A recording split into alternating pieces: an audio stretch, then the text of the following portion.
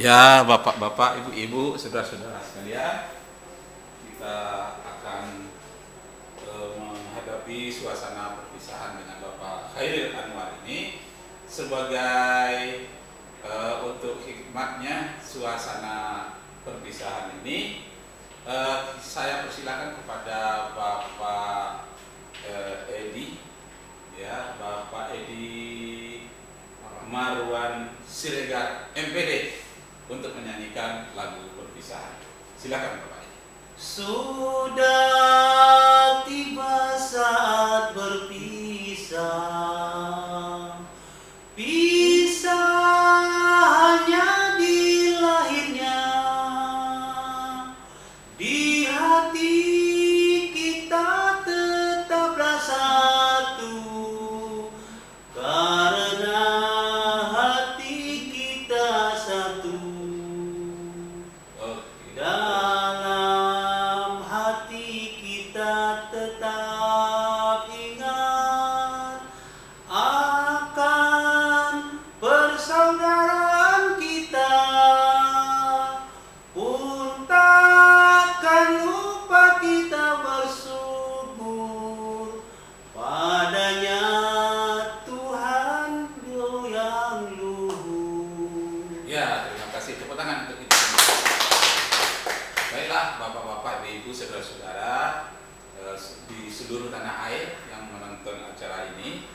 Acara ini diadakan sekarang ini tanggal 19 November 2015. Ini saya perkenalkan dahulu, ini namanya Bapak Edi Marwan Siregar yang 3 tahun lagi akan pensiun. Dan saya Muhammad Rakib Jamari 4 tahun berikutnya akan pensiun pula. Sedangkan ini saudara saya Bapak Khairil Anwar sudah pensiun tahun ini. Dan di sebelah lagi namanya Antoni, Fahri Antoni, akan pensiun mungkin 20 tahun yang akan datang. Iya Fahri. Kira-kira begitu. Nah, baiklah. Sekarang saya akan mewawancara Bapak Khairil Anwar. Pertama saya mengucapkan kepada Bapak ini selamat menempuh kehidupan ini sampai kepada ujung dan masa pensiun. Beliau masih dalam keadaan sehat walafiat. Nah, sekarang Bapak Khairil, saya tanyakan kepada Bapak, sebelum Bapak kemari, Bapak pekerjaannya apa dan tahun berapa Bapak di sini, dan terakhir nanti apakah kenang-kenangan dan kesan-kesan yang Bapak dapatkan selama di LPMP Provinsi Riau di Kota Pekanbaru ini. Silakan Pak. Terima kasih Pak Rakib, rekan-rekan semua. Biografi saya yang berkenaan dengan kependidikan dimulai dengan guru biasa tahun 1981, mengajar di SMP Negeri 6 Dubai.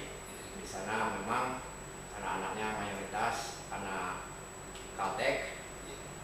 Lebih kurang 14 tahun saya mengajar sana. Saya pindah minta mutasi ke sebuah sekolah di Pekanbaru juga, yaitu SMP Negeri 7 Pekanbaru. Di sana ada lebih kurang sekitar 10 tahun. Nah, kemudian setelah itu juga ada peluang pembukaan untuk menjadi Widyaswara LPMP Provinsi Riau pada tahun 2003. Di Medan diadakan tes, ternyata lulus, SK-nya keluar diperkirakan Oktober 2003. Sedikit Pak Khairil ya. Pada tahun 2003 itu apakah LPMP ini sudah bernama LPMP? Waktu itu masih Balai Pelatihan Guru. Oh, berarti masih BPG ya? BPG namanya. Ya, Nah, setelah itu baru menjadi LPMP. LPMP itu ada 2 kali proses penggantian. Pertama, LPMP kepanjangannya Lembaga Penjamin Mutu Pendidikan. Setelah itu ada permen berikutnya, LPMP Lembaga Penjamin Mutu Pendidikan berubah jadi Lembaga Penjaminan Mutu Pendidikan Provinsi Riau. Baik Pak, terima kasih. Ada lagi yang teringat oleh saya, Bapak ini di samping Widya Iswara pada LPMP Riau, Bapak juga sebagai dosen di Universitas Terbuka. Ya. Bagaimana kira-kira Bapak bisa membagi waktu sehingga tidak bentrokan, Pak. Iya. Program kerja di LPMP itu kan menganut sistem 5 hari.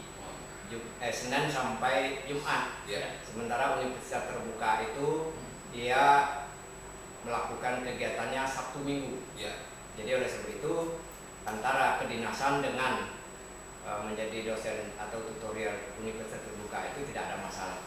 Namun tentu sebagai seorang aparat atau abdi di LPMP tentu akan ada skala prioritas. Prioritas utama berkenaan dengan tugas pokok dan fungsi. Misalnya kalau Anda kata ada di LPMP itu kegiatannya pada hari Sabtu dan Minggu, tentunya kita memprioritaskan program di LPMP. Tapi kalau secara rutin antara pekerjaan di LPMP dengan tutorial di UTT tidak ada hambatan apapun. Kemudian yang terakhir Pak, mungkin Pak Edi ada yang mau ditanyakan sama Pak Edi? Oh iya, ada pesan-pesan kami yang tinggalkan. Apa itu? Sebagai seorang mantan Bidai Suara, mantan koordinator lagi. Koordinator oke kalau mau disebut, tentu ada semacam harapan. Karena LPMP ini juga ada Bidai Suara. Bidai Suara adalah termasuk penunjang pengembangan kompetensi yang ada di LPMP. Oleh sebab itu, pesan sebagai orang yang pernah menjadi Bidai Suara di LPMP, tentunya yang pertama tingkatkanlah kompetensi. Karena harapan LPMP itu ada pada Bidai Suara. Sedikit Pak, kemarin waktu kita asik tentang karya ilmiah ya, KTI, Bapak ada menyebut bahwa karya ilmiah itu harus sempit dan mendalam gitu ya. Bagaimana itu Pak, awal ceritanya bisa muncul keputusan seperti itu? Itu kan ya betul. Jadi prinsip membuat karya ilmiah itu sempit, dalam, menggigit. Menggigit. Kenapa itu harus seperti itu? Karena kalau terlalu luas, tentu cakupannya luas, kemudian pengembangannya luas, belum tentu di antara kita tuh paham secara keseluruhan. Itu namanya sempit. Sempit. Yang satu lagi? Yang satu lagi mendalam. Dalam. Dalam. Tentunya kalau dia ruangan cakupannya itu sempit, memudahkan kita untuk memperdalam pengembangannya sehingga tuntas. Jadi sebenarnya sebuah karya ilmiah itu harus bermanfaat bagi si pembaca. Kalau dia terlalu pengembangannya terlalu luas, ya justru menghambat dari seorang penulis itu untuk menjadi itu karya ilmiah yang bisa dipertanggungjawabkan. Ini sangat berkesan sekali ungkapan itu walaupun singkat. Yang menggigit ini yang macam mana, Pak? Yang menggigit itu ada hubungannya dengan manfaatnya. Jadi kalau andai kita sudah mengembangkan karya ilmiah itu, sehingga nanti apa yang dikembangkan di situ yang disebut menggigit itu bermanfaat. Terakhir apa ucapan Bapak kepada teman-teman yang ditinggalkan? Tadi saya katakan pertama sekali kembangkanlah kompetensi. Yang kedua yang tak kalah pentingnya ada ukhuwah kita, hablum minan nas. Selama kita di sini tentu ada salah dalam perkataan. Maaf mungkin ya. Tentu minta maaf yang sebesar-besarnya karena tidak ada seorang manusia pun yang tak bersalah. Karena kita bukan malaikat dan apalagi kita bukan Nabi Muhammad. Cukup demikianlah Bapak-bapak, Ibu-ibu, saudara-saudara, para penonton sekalian. Mudah-mudahan apa yang disampaikan oleh Pak Khairil tadi walaupun sedikit, tapi ini sangat bermanfaat bagi kita. Ini sengaja ketika Pak Khairil kesini tadi, memang beliau ini langsung saya sandra saja supaya duduk di sini, karena sulit untuk mencari waktu spesial untuk beliau ini, di mana kita ini dapat bertemu. Nah, karena itu waktu yang sedikit ini mudah-mudahan bermanfaat bagi kita semua. Selamat jalan Pak Khairil. Selamat jalan. Mudah-mudahan Allah Subhanahu wa taala meridhai kita semua. Amin. Assalamualaikum warahmatullahi wabarakatuh.